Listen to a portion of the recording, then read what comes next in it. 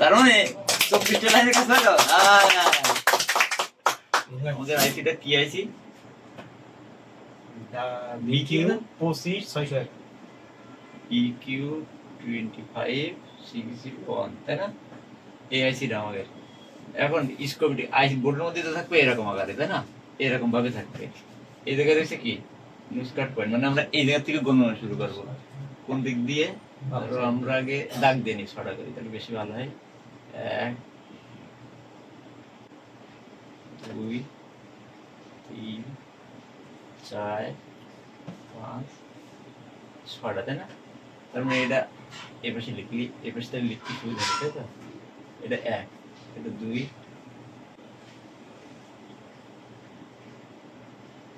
এরকমই তো 7 8 9 10 11 12,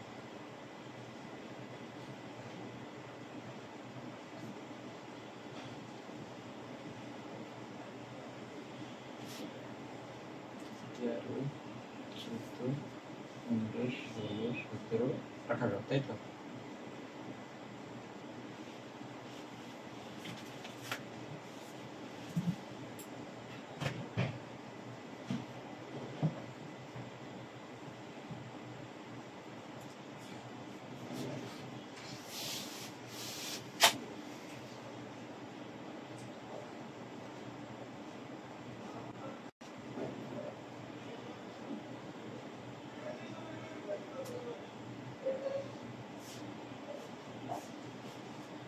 কলমে তো ভালো কি করে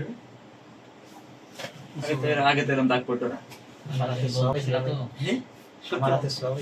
এখন বিষয়টা দেখো, আমরা বোর্ডে পাই এভাবে, এভাবে পাই, বোর্ডের মধ্যে এভাবে পাই। এখন বিষয়টা হচ্ছে এই এতগুলো লাইন কিন্তু সব সেটে ব্যবহার হয় না।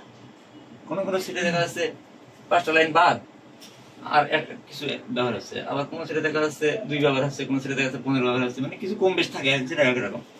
মেন বিষয় তো সেটা না, আমাকে জানতে হবে যে মেন লাইন কোনগুলো। যেমন আগে আমরা দেখেছি যে ইনপুট আর আউটপুট, যে ইনপুট আউটপুট বা মেন কার্যকারী লাইন কটা। এখন আইসির ভিতরে যে 24টা বলই আছে বলে 24টা লাইনে ঠিক থাকতে হবে এরকম তো কিছু না। তারপরে আমাকে আগে জানতে হবে যে আমাকে কোন লাইন কটা চার্জ হচ্ছে দরকার, সেই জিনিসগুলো আমাকে মুখস্থ করে ফেলাতে হবে। যখন মুখস্থ করে ফেলাই দেবো, এখন আছে BQ 25601, এর জায়গায় যদি অন্য কোনো আইসি থাকে তখন আমরা ওই ইনপুট আউটপুট কি এটা ঠিকই এই লেখা দেখি আমরা কিন্তু স্কিমেটিকের মধ্যে খুঁজে নিতে পারবো যে ওই ইনপুট লাইনটা কোন থেকে গেছে। হয়তো এর ভোল্টেজ বিভাজন হয়েছে 24 দিয়ে আর 1 দিয়ে, ঠিক আছে? কারণ দেখা যাচ্ছে ওর ইনপুট হয়েছে আবার আরেক জায়গা দিয়ে। কিন্তু আমরা যখন নামটা জানবো, কার্যকারিতাটা জানবো, তখন আমরা খুঁজে নিতে পারবো, ঠিক না? এখন বিষয় হচ্ছে এই বিকিউআইসি অনেক ফোনে ব্যবহার হয়েছে, প্রচুর পরিমাণে পপুলার আইসি। আর এই আইসিটা মানে এত পরিমাণ ফোনে ব্যবহার হয়েছে তার কোনো হিসেব নেই। কিন্তু সব জায়গায় একই সিস্টেমে না, কোনো কোনো জায়গায় নামও পরিবর্তন হয়ে গেছে, এরকমও আছে। কিন্তু মেন লাইন করে যদি থিওরিতে বা জানা থাকে আসলে আইসিটা কিভাবে কাজ করে, তাহলে কিন্তু আমরা যে কোনো ফোন খুলে কাজ করতে পারবো, আইসি নাম্বার যাই হোক।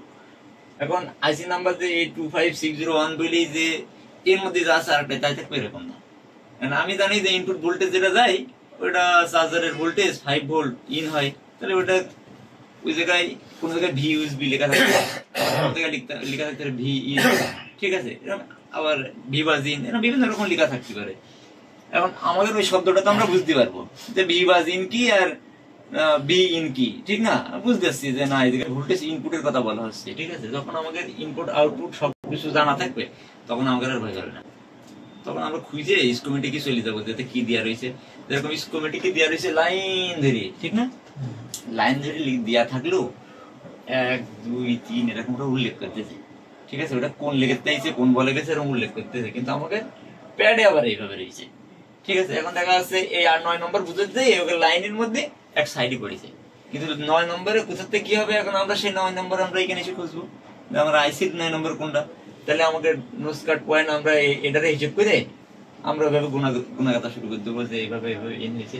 যেরকম আমি একে দেখে 2টা ডায়াগ্রাম বানিয়ে রেখেছি, একটা হচ্ছে আইসির নাম দিয়ে রেখেছি মানে কোন লেগের কোন নাম, আর একটা কিভাবে কার্যকারিতা হচ্ছে এটা বানিয়ে রেখেছি, ঠিক আছে? শুধুমাত্র আপনাকে বুঝানোর জন্য, আমি রাত জেগে জেগে ঘুমাইনি, আপনাদের জন্য ওগুলো তৈরি করা হয় আমার। এখন প্রথম যে কাজটা হবে, যখন একটা বিকিউআইসি সেট আসবে ঠিক আছে, চার্জ হচ্ছে না, অথবা সে ডেটও থাকতে পারে।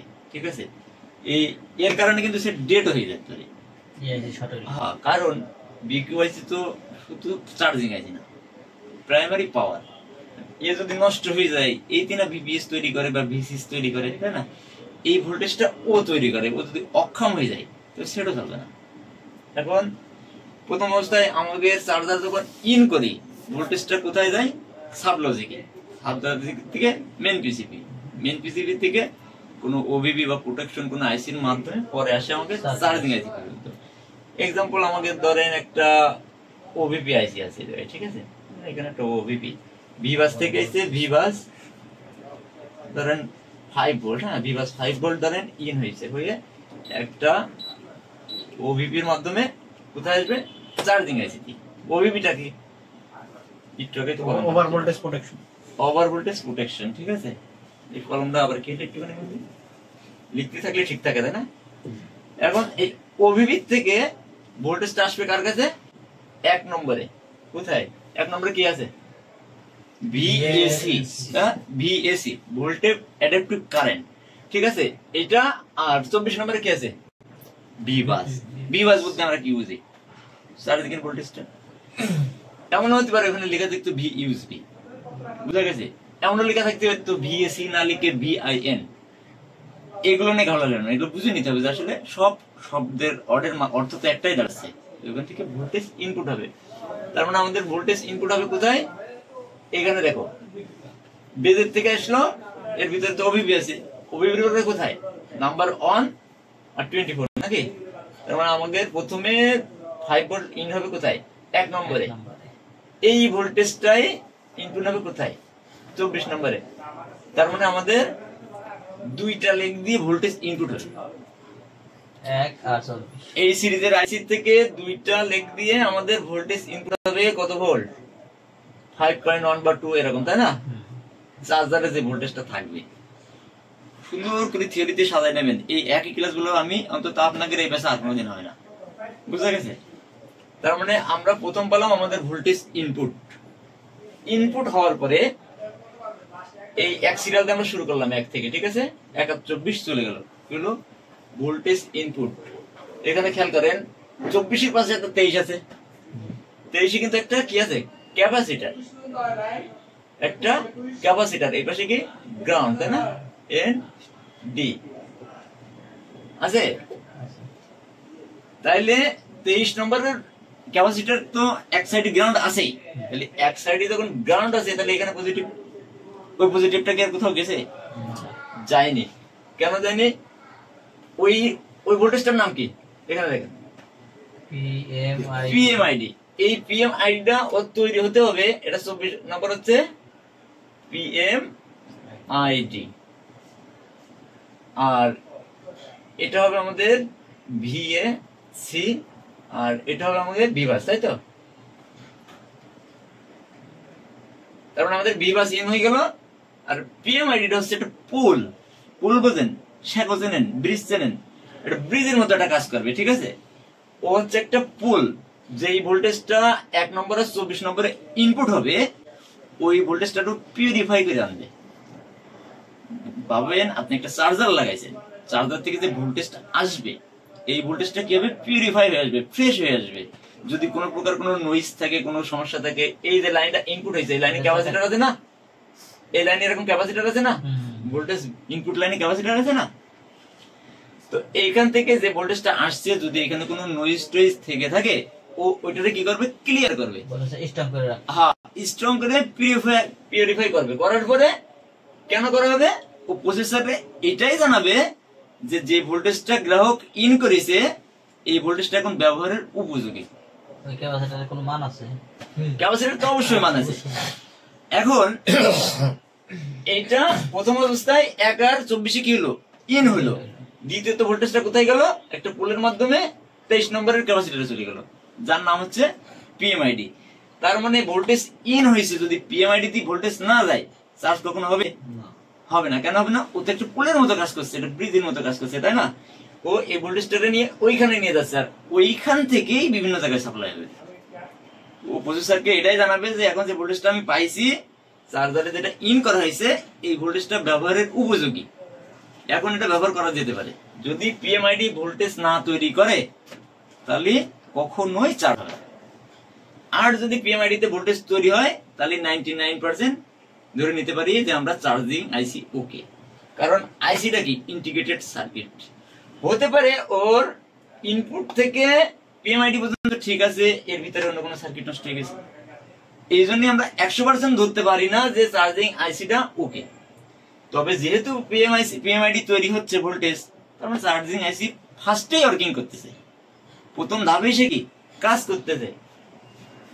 তাহলে মানে আমাদের 1 নম্বর 2 নম্বর 23-24 আমরা বুঝতে পারলাম পিএমআইডি কি, মানে চার্জিং সমস্যা হলে আমরা ফার্স্টে চেক দেবো কি ইনপুট ভোল্টেজ, তার সাথে সাথে দ্বিতীয় নম্বরে পিএমআইডি, যে পিএমআইডি তে কোনো ভোল্টেজ আছে কি নেই। 3 নম্বরে কি আছে, এই 3 নম্বরে এই আইসি ভেদে কিন্তু এই জিনিসগুলো আবার ঘুরে দেয়। যেরকম এখন 2 আছে, তো 2 তে কি আছে পিএসএল নামের একটা লাইন, তাই না? পিএসএল লাইনটা হচ্ছে PSEL, ঠিক আছে? পাওয়ার সিলেক্ট, এ কি করবে পাওয়ারটা সিলেক্ট করবে, কোন পাওয়ার এর সিলেক্ট করবে 2 নম্বর একটা 10K রেজিস্টার হয়েছে, দেখছেন ডাইরেক্ট না, কিন্তু এখানে একটা রেজিস্টারের মাধ্যমে এরকম মুছে দিই, এখানে একটা রেজিস্টার ব্যবহার হবে। রেজিস্টারটার ভ্যালু হবে কত 10K। এই পাওয়ারটা সিলেক্ট করবে এ, কোথা থেকে পাবে পাওয়ারটা পাবে হচ্ছে 22 নম্বরের কাছ থেকে। তার মানে 23 নম্বরে আমাদের কি ছিল পিএমআইডি। বোর্ড ছোট থাকায় লিখাই তো কষ্ট। পিএমআইডি আমাদের 23 ছিল পিএমআইডি, 22 থেকে 22 নম্বর কোথায় যাবে 2 নম্বরে, 22 থেকে কি যাবে 2 নম্বরে, কত ভোল্টেজ খেয়াল করেন 4.7। 1 নম্বর 24 নম্বর ইনপুট হয়েছে, 23 নম্বর পিএমআইডি তৈরি করেছে, 22 নম্বর একটা ভোল্টেজ নেবে, যে ভোল্টেজটা আমরা ইন করছি। ফার্স্ট চার্জিং সেট আছে না এখনকার সেটে, কোন সেটে 9 ভোল্ট সাপোর্ট, কোন সেটে 12 ভোল্ট পর্যন্ত সাপোর্ট, এরকম আছে না? ওই যেই ভোল্টেজটা আমরা ইন করব 22 নম্বর সেই ভোল্টেজটা আউট করে কারে পাঠাবে পিএসএল রে, এ জায়গায় ইন হবে কোথা থেকে 22 থেকে পিএসএল পাওয়ার সিলেক্ট, ও সিলেক্ট করে দেবে যে 5 ভোল্টের একটা চার্জার ইন করা হয়েছে, বুঝা গেছে? যদি ও এটারে সিলেক্ট না করে দিতে পারে কি সমস্যা হতে পারে, ভালো একটা চার্জার লাগাইছো সিলেক্ট করতে পারছে না, ফেক চার্জিং, সারাদিন চার্জ আছে ফেক চার্জিং। আর এই পিএমআইডি যদি না তৈরি হয় তাহলে চার্জই হবে না, চার্জ হবেই না। তার মানে পাওয়ার সিলেক্ট যদি না হয় হবে না। এখন এই জায়গাটা 10K রেজিস্টার লাগাইছে না, 10K রেজিস্টার লাগাইছে, এই রেজান ঘুমছে কেন ছেলে, যদি 10K রেজিস্টারটা মেগা ওহমস হয়ে যায় তাহলে কি এই জায়গায় ওই অ্যাকুরেট ভোল্টেজটা দিতে পারবে? পারবে না। সেক্ষেত্রে কি হবে ফেক চার্জিং। যদি রেজিস্টার নষ্ট হয়ে যায় কিভাবে ওপেন হয়ে যায়, ভ্যালু বেড়ে যায় কমে যায়। রেজিস্টার নষ্ট করার কারণ এগুলোই না, হয় ওপেন হয়ে খুলে যাবে, নাইলে ওর ভ্যালু পরিবর্তন হয়ে যাবে। যদি ভ্যালু পরিবর্তন হয়ে যায় তাহলে এখানে তার সরাসরি 5 ভোল্ট ইন করা হয়নি, এখানে কি একটা রেজিস্টার দিয়ে ওদের ভ্যালু দিয়ে একটা সাংকেতিক চিহ্ন সংকেত দেওয়া হয়েছে যে এত ভোল্টের একটা চার্জার ইন করা হয়েছে, ও পাওয়ারটা সিলেক্ট করে নেয়। তার মানে যদি এই রেজিস্টারটা কোনো ফল্ট হয় সেই ক্ষেত্রে ফেক চার্জিং হয়ে যাবে, কারণ ও পাওয়ারটা সিলেক্ট করতে পারছে না যে আমার কত ভোল্টেজের পাওয়ার এখানে দেওয়া হয়েছে, বুঝলেন? তার মানে চার্জিং সমস্যার জন্য কি কি জিনিস আমাদের ফলো করা উচিত, যে চার্জ জমছে না কি কারণে। এমন না যে ওই ব্যাটারির পিডিসির রেজিস্টার বা এনটিসি রেজিস্টার নষ্ট হয়ে গেছে তাই চার্জ জমছে না, এরকম না, বিভিন্ন কারণে হতে পারে, সেটা নলেজে রাখতে হবে। 3 নম্বরে আছে পাওয়ার গুড সিগন্যাল, পিজি,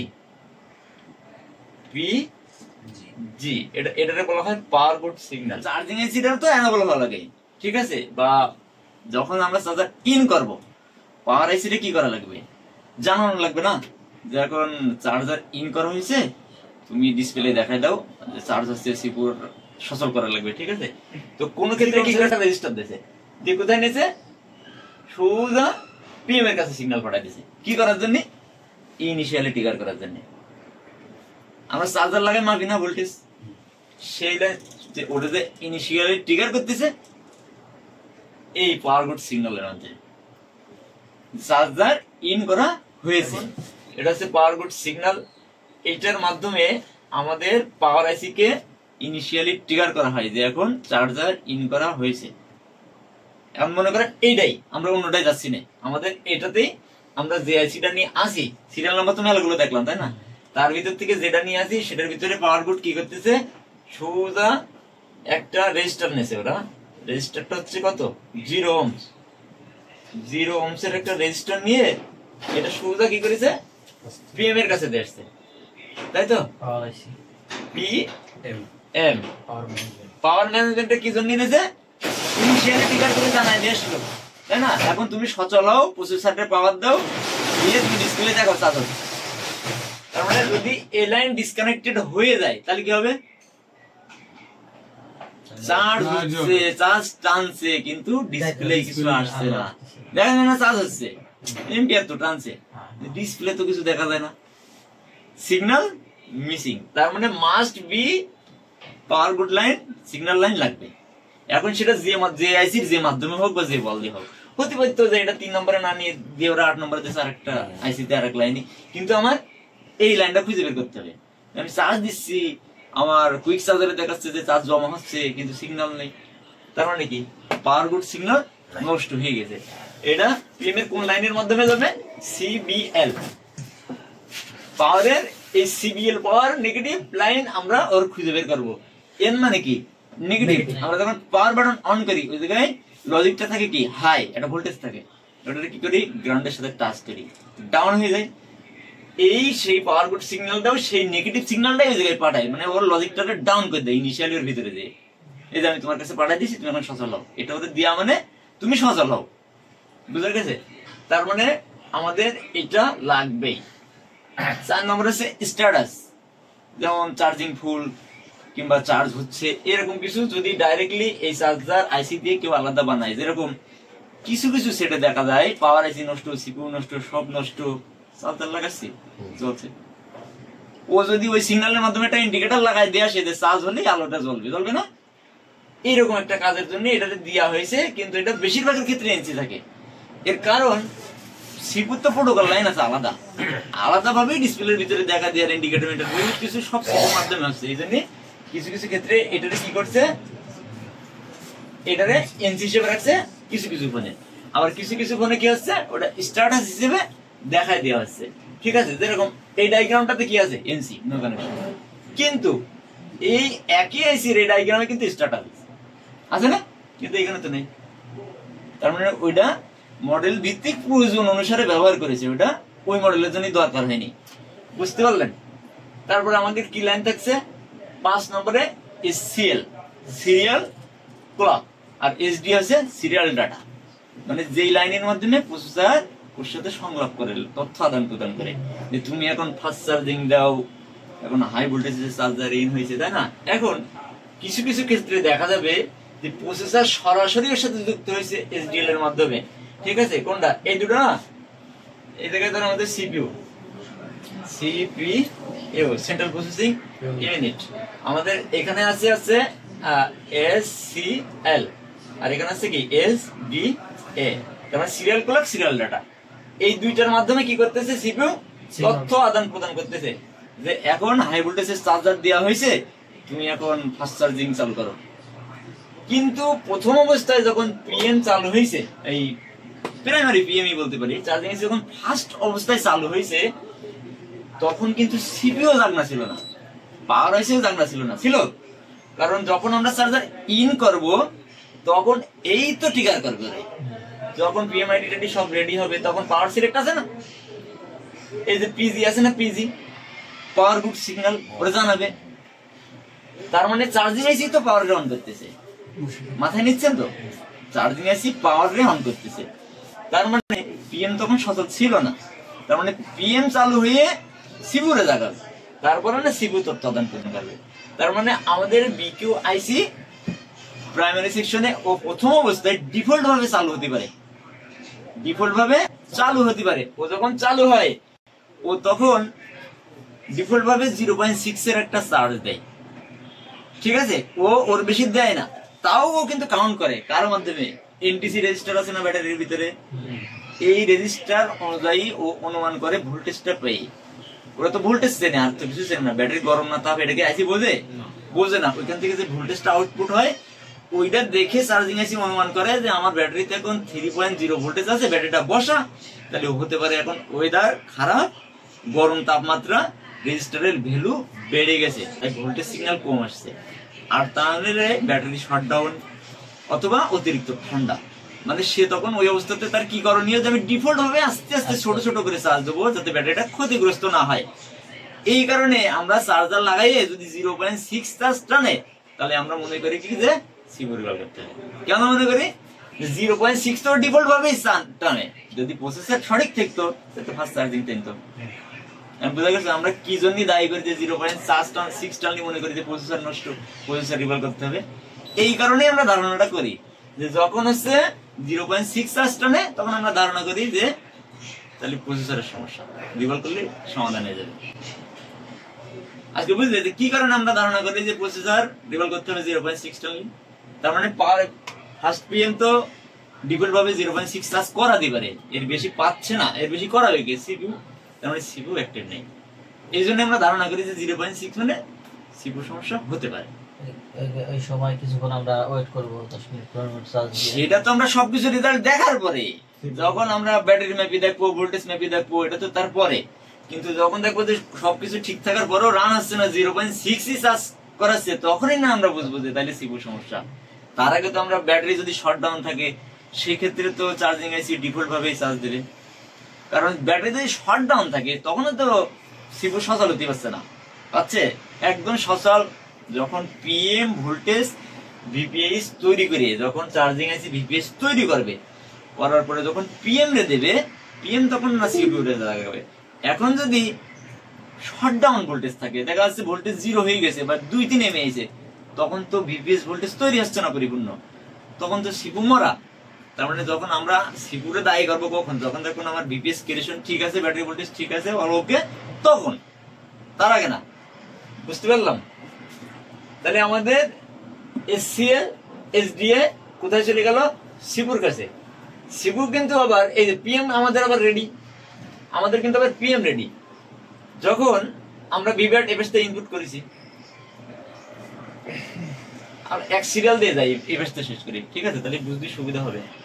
তার মানে এসসিএল সিপুর কাছে পৌঁছে গেছে। তারপরে আমাদের থাকছে কি নাম্বার 7, তাই না?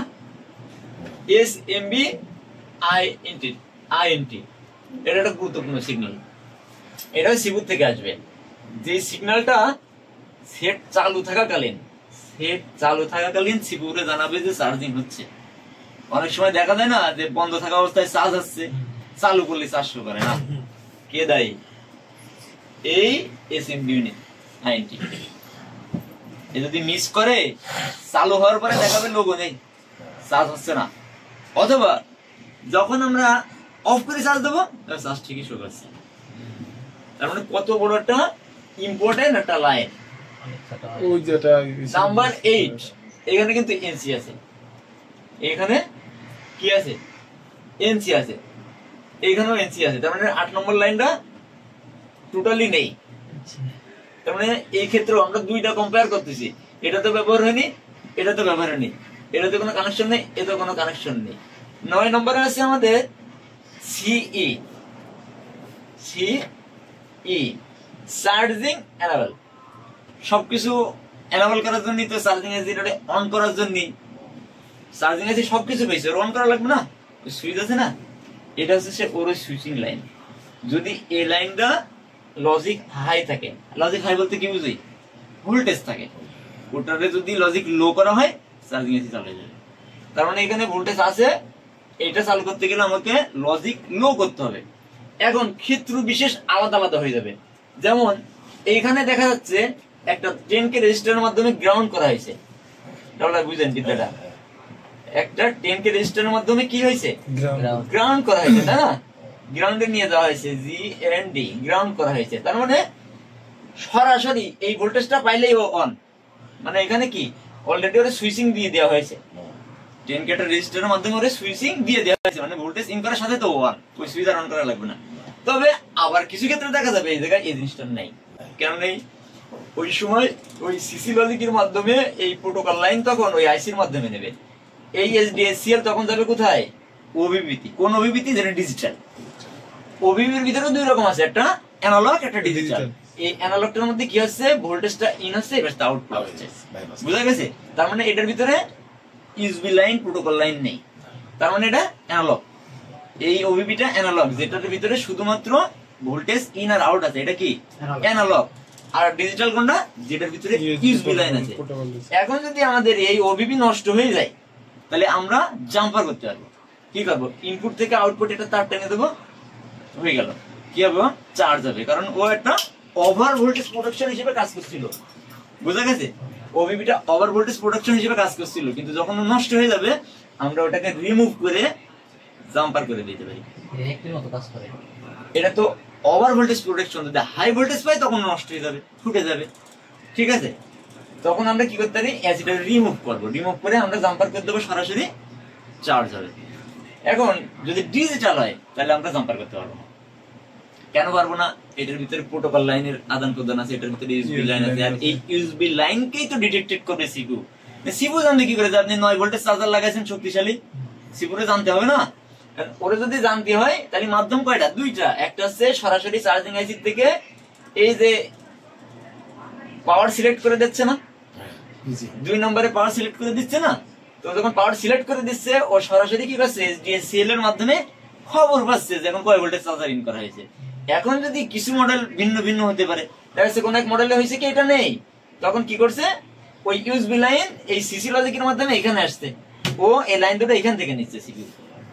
বুঝা গেছে? তখন এইগুলো আমাদের বোর্ডে থাকবে এনসি, এগুলো ডিসকানেক্টেড থাকবে, এখানে লাইন নেই, কারণ ও নিচ্ছে তো অন্য পথে।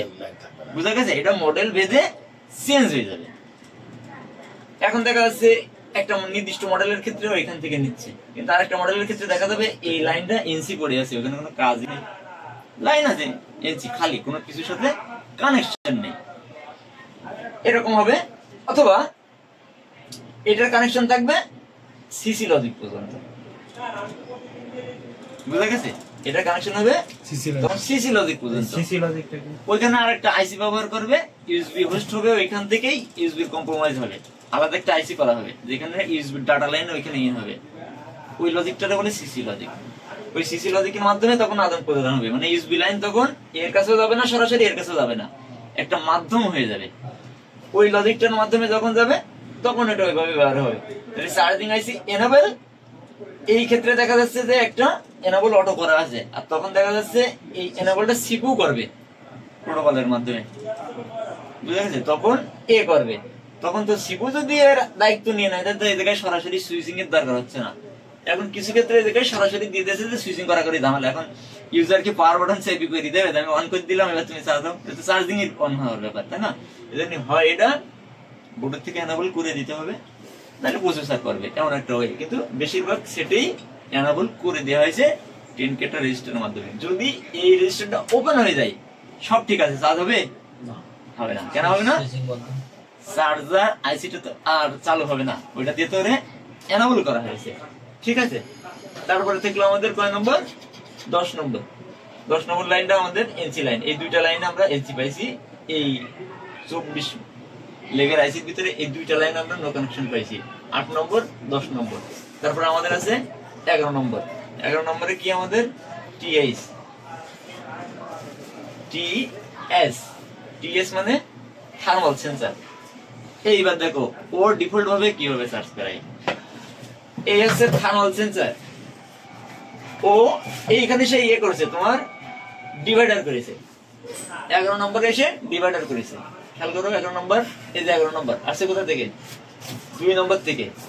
যে ভোল্টেজটা 22 আউটপুট দিছিল ওরে, পাওয়ার সিলেক্ট পাওয়ার সিলেক্টর একটা 5 ভোল্ট দিছিল না, এই 5 ভোল্টটা ওইখান থেকে আনছে কোথায় 11 নম্বরের কাছে। ধরো এটা একটা রেজিস্টার, এটা কত, এই কলমটা আসলে জ্বালাই খাচ্ছে তো, ওই যে উঁচু করে ধরেন, ওই নিচে করে দিলে কালি সব নিচে চলে আসে। দেখো অবস্থা।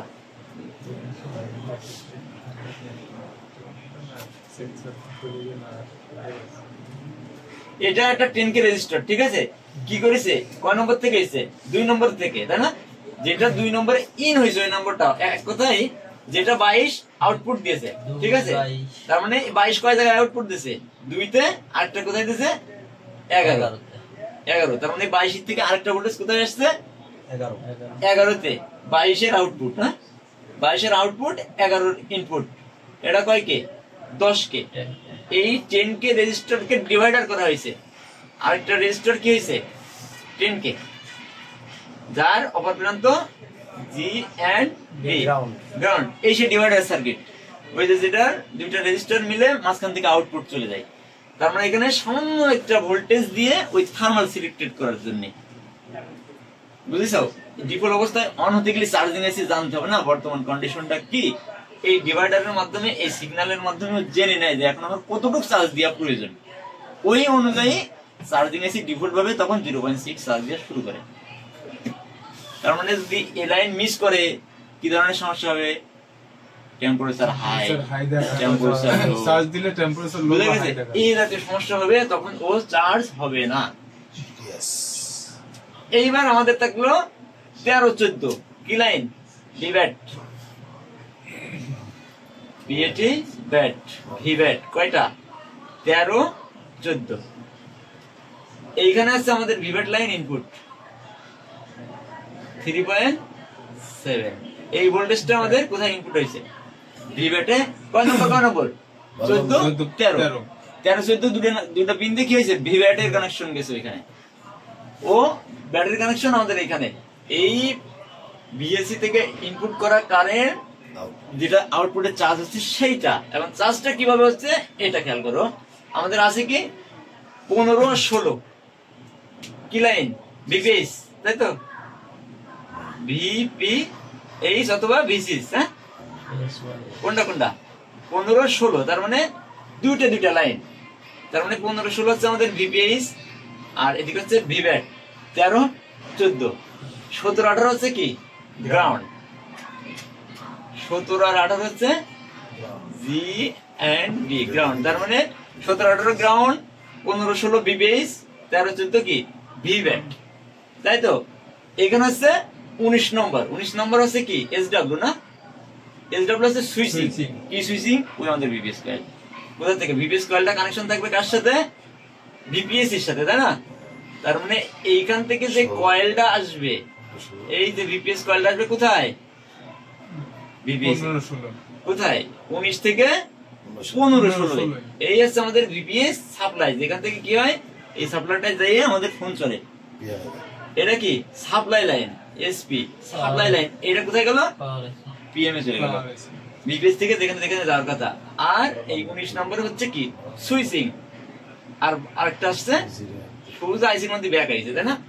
19 নম্বরে সুইচিং হচ্ছে কয়েল দিয়ে আউটপুট হচ্ছে ভিপিএস, এটা একটু মাথায় নিবা। 19 নম্বরে সুইচিং হচ্ছে কয়েল দিয়ে আউটপুট হচ্ছে, আউটপুটটা কোথায় গেল পিএম এ, এই ভোল্টেজটাই ব্যাক করে কোথায় আসছে 15-16, আইসির মধ্যে ব্যাক যাচ্ছে না ভোল্টেজটা, এই যে 15-16। 19 নম্বর থেকে সুইচিং হচ্ছে, এটা একটা কয়েল, কয়েলের মাধ্যমে ভিপিএস আউটপুট চলে গেল কোথায় পিএম এ, এই ভোল্টেজটাই কোনে আসলো 15-16, এই ভোল্টেজটা কোথায় আসলো 15-16। রাখার কোনো দরকার ছিল না, তাহলে কি জানি ওর কাজ হচ্ছে যখন চার্জার ইন করবো ভিপিএস ভোল্টেজ যখন আউটপুট হবে ওই সেম ভোল্টেজটাই ঘুরে আসবে, কার জন্য ব্যাটারি চার্জ করতে হবে না, ওই ভোল্টেজটা ঘুরে আসার কারণ হচ্ছে ব্যাটারিটাকে চার্জ করা, বুঝে গেছে। এটা হাই কারেন্ট দরকার না, যদি এখন এটা ঘুরে না আসে, আমাদের ইনপুট ভোল্টেজ কত 5.1 এক্সাম্পল 5, তাইলে ধরে নিলাম আমরা 5, আমাদের ব্যাটারি ভোল্টেজ কত? 3.7 থেকে 4.2। তাহলে চার্জারের ভোল্টেজ অনেক বেশি ছিল না? যদি এটা ভিপিএস থেকে ভোল্টেজটা না আসতো তাহলে ব্যাটারিতে বেশি পরিমাণে কারেন্ট যেত না, ব্যাটারিটা ক্ষতিগ্রস্ত হতো কিনা? কিন্তু আমাদের সুইচিং করা যে ভিপিএস সাপ্লাই, এখানে ভোল্টেজ কত থাকে? ব্যাটারির সম পরিমাণ। তার মানে ব্যাটারির জন্য একটা সেভ একটা ভোল্টেজ, যা ব্যাটারির কোনো ক্ষতি করবে না। এই কারণে কিন্তু আমাদের এই ভোল্টেজটা ঘুরে আবার এইখানে ঢোকানো হয়েছে। তাহলে আমাদের বাদ আছে আর কি, সব লিখতে জানলাম, আর কি আছে? 20, 21। কই 12 নম্বর? 12 নম্বর 12 নম্বর আছে, 12 নম্বর বাদ রয়েছে, আমরা থুয়ে চলে গেছি তাই না একটা? আচ্ছা সমস্যা নেই, ওটাই যাচ্ছি। এখন আমাদের যে সুইচিং দেখছো না, কোথায়? 19 এর লেখা সুইচিং হচ্ছে তাই না? এখান থেকে একটা এটা হলো বুথ ক্যাপাসিটর, ক্যাপাসিটরের কিন্তু ইনপুট হয়েছে। এই জায়গাতে সুইচিংটা হচ্ছে, এই জায়গাতে সুইচিংটা হচ্ছে। এখানে কি আছে? 19 নম্বরে একটা ক্যাপাসিটর হয়েছে এই জায়গায়। এই ক্যাপের মাধ্যম দিয়ে কি এই ভোল্টেজটা কিন্তু আবার এই লেগে গেছে, দেখা যায় 19 থেকে 19-20 থেকে 19-20, হ্যাঁ 21 এ গেছে, 21 সরি 21 নম্বরে যে এমনটা আছে না? না এমনটা নেই, আটকে দেন তো। 21 নম্বরে কি গেছে? আমাদের বুথ ক্যাপাসিটর লাইন, তাই না? ছোট বোর্ডে লেখার তো কোনো লাইন নেই, তোমরা একটু বুঝে নিও। হ্যাঁ, তার মানে আমাদের সুইচিং হয়েছে কোনে? 19 আর 20। তার মানে এই পর্যন্ত কিন্তু আমরা সব ডাবল ডাবল লেখ পাইছি।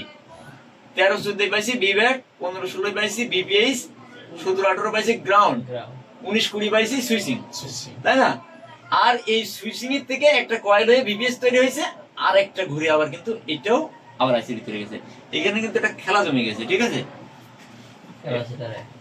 এটা যদি সুন্দর করে আঁকা দিত তো ভালো লাগতো। বহুত বড় হলে সম্ভব।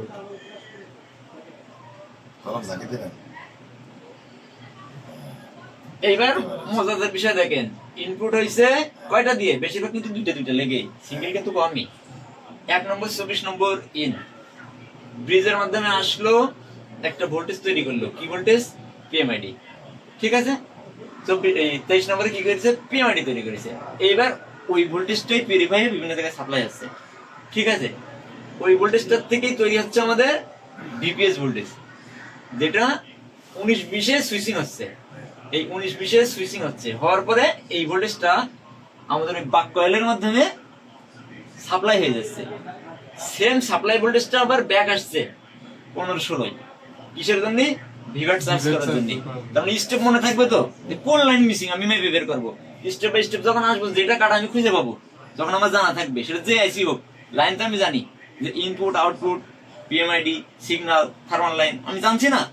তাহলে আমি কি করব? যে আমি স্টেপ বাই স্টেপ যখন ধাপে ধাপে যাবো, তখন আমি খুঁজে পাবো। দেখা যাচ্ছে আমার এই ভিপিএস কয়েলটা আউটপুট ঠিকই দিচ্ছে, এই লাইনটা ডিসকানেক্টেড হয়ে গেছে, এই লাইনটা ডিসকানেক্টেড হয়ে গেছে। সেক্ষেত্রে এখন কি হতে পারে? চার্জ জমবে না। সারাদিন চার্জ আসছে কিন্তু চার্জ জমছে না, কারণ কি? আমাদের এই কয়েলের যে আউটপুট লাইনটা আসছে ও নষ্ট হয়ে গেছে, বুঝে গেছে? তাহলে আমি বুঝতে পারবো না, তাহলে আমার এই জায়গাতে কোনো একটা ফল্ট হচ্ছে, বুঝে গেছে? তাহলে এই জিনিসগুলো ফলো করতে হবে। এখন মজার খেলা যেটা, একটা আউটপুট হয়ে তো চলে গেল, আর একটা আউটপুট হয়ে আবার 21 নম্বরে আসছে। কিসের মাধ্যমে? একটা ক্যাপাসিটরের মাধ্যমে। এখন এই জায়গায় তো একটা সুইচিং ভোল্টেজ ছিল, তাই না? এখানে হচ্ছে ক্যাপাসিটর। ওই জায়গায় যখন আমরা মাপ দেবো, তখন 3.7 হোক বা এক্সাম্পল যে কোনো একটা ভোল্টেজ পাবো ব্যাটারি অনুযায়ী, কারণ ব্যাটারি যত কম থাকবে ভিপিএস তত কম তৈরি হবে, তাই না? তো ভিপিএস সম পরিমাণে একটা ভোল্ট আমরা এখানে পাবো সুইচিং এ। যখন সুইচিং এ একটা ভোল্টেজ পাবো, এই ভোল্টেজটা আবার ক্যাপাসিটরের মধ্যে দিয়ে আসছে। ও কিভাবে আসছে? ক্যাপাসিটরের সিরিজে না প্যারালালে, এটা কোন আগে? এই ক্যাপাসিটরটা কিভাবে আছে? সিরিজে আছে। এখন সিরিজে কি ভোল্টেজ ঢোকে? ঢোকে না, সিরিজে ভোল্টেজ ঢোকে না, প্যারালালে ঢোকে। ক্যাপাসিটর সিরিজে ভোল্টেজ নিয়ে যেতে পারে না। এই জায়গায় তো খেলা জমাইছে ওরা, হেভি একটা খেলা জমে গেছে। বিষয়টা হচ্ছে, এই জায়গায় যদি বাক কয়েল দিয়ে সুইচিং না করে, তো ক্যাপাসিটর দিয়ে বেশি ভোল্টেজ নিয়ে যেতে পারতো না তো। কারণ যখন এই জায়গায় একটা সুইচিং হচ্ছে না, আমাদের কত 19-20 কি সুইচিং না? সুইচিং বুদ্ধি কি? নেগেটিভ টাচ করাচ্ছে পজিটিভ, তাই না? পালস তৈরি করছে, হাই এম্পিয়ারটা পালস তৈরি করছে। ক্যাপাসিটরতে ভোল্টেজ যেতে পারে না, কিন্তু ফ্রিকোয়েন্সি জাতি পারে। কথাটা মনে রাখবেন। নেটওয়ার্ক সেকশনে দেখেছেন বহুত ক্যাপাসিটর থাকে সিরিজে, এন্টিনা লাইনে, আরএফ লাইনে, এটার ভিতর দিয়ে ভোল্টেজ জাতি পারে না। মনে করেন একটা নেটওয়ার্ক সেকশন যখন চলে, লজিক পর্যন্ত লাইন আসে না, লজিকে হাই ভোল্টেজ থাকে না, চার্জারের ভোল্টেজ 5 ভোল্ট, 9 ভোল্ট, 12 ভোল্ট পর্যন্ত হতে পারে ফাস্ট চার্জিং হতে পারে। যদি কোনো কারণে আরএফ এন্টিনার ভিতর দিয়ে ভোল্টেজ ঢুকে যায় তাহলে আরএফ আইসি পুড়ে যাবে না। কিন্তু ক্যাপাসিটর দেওয়ার কারণে কি হয়, এই ভোল্টেজটা ওর কাছে যেতে পারবে না।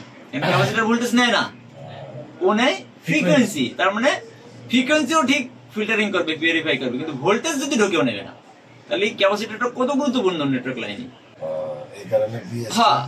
হ্যাঁ ক্যাপাসিটর, তার মানে ক্যাপাসিটর আমাদের দেওয়া লাগবে নয়েজটারে ফিল্টার করবে।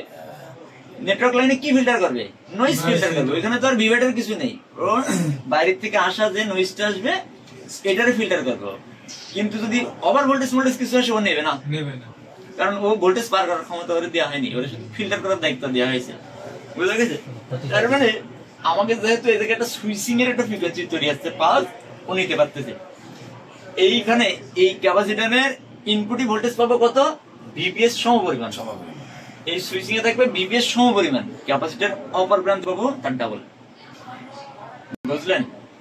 যদি আমি এক্সাম্পল, যদি আমার ভিপিএসি 4 ভোল্ট থাকে, অপর প্রান্তে পাবো আমি 8 ভোল্ট। যদি না পাই কি সমস্যা হবে, চার্জ হবে না। তার মানে আমরা এটা জানলাম যে চার্জিং সেকশনেও হাই ভোল্টেজ তৈরি হয়। এখন এই হাই ভোল্টেজটা তৈরি হওয়ার দরকার আছে না, ফাস্ট চার্জিং নিবে কিভাবে, ওটিজি। এখনকার অধিকাংশ সেটা ওটিজি সাপোর্ট করে না। ইউএসবির ভিতরে যদি মিনিমাম 5 ভোল্ট না থাকে, ইউএসবি ডিটেক্ট হবে, কিবোর্ড চালান, মাউস চালান, চলবে? চলবে না। ওইসব ক্ষেত্রে আমাদের বড় বড় ভোল্টেজ দরকার হয় না। ও কি করে, এই ফ্রিকোয়েন্সিটারে এখান থেকে নিয়ে, এটা তো জাস্ট সুইচিং করে একটা ভোল্টেজ হাফ নিয়ে যায়, আর ওর ভিতরে যেটা তৈরি হয় এই দুটো একসাথে যুক্ত হয়ে ডাবল হয়। ওই ভোল্টেজটা বিভিন্ন জায়গায় প্রয়োজন অনুসারে পাঠানো হয়। তার মানে যদি এই বুথ ক্যাপের দুই সাইডই, এক সাইডে হাফ, তার বিপরীত সাইডে যদি ডাবল না পায় তাহলে চার্জ হবে না। তার মানে কত বড় একটা ইন্টারেস্টিং গুরুত্বপূর্ণ লাইন। হ্যাঁ, তাহলে আমাদের একটা লাইন থেকে গেছে না, কোনটা জানো?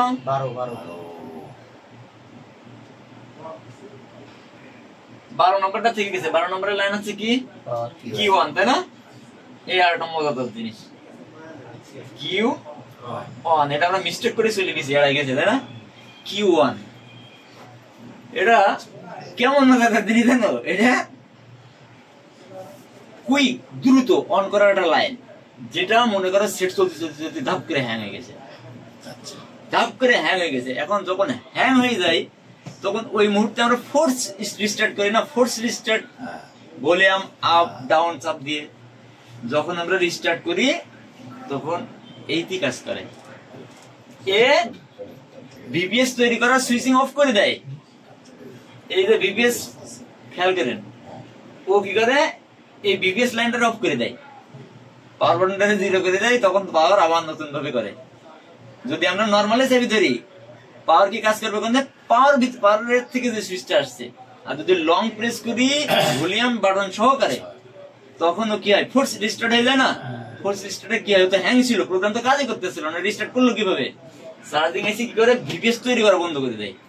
লং প্রেস করে দেওয়ার পর বাটন সহ ভলিউম আপ ডাউন প্লাস পাওয়ার একসাথে ধরে রাখে না রিস্টার্ট করার জন্য, তখন এই কি করে, ডাইরেক্ট ভিপিএস লাইনটা অফ করে দেয়, অফ করে দিয়ে আবার ছাড়ে, মানে 0 করে দেয়, নতুন করে অন হয়।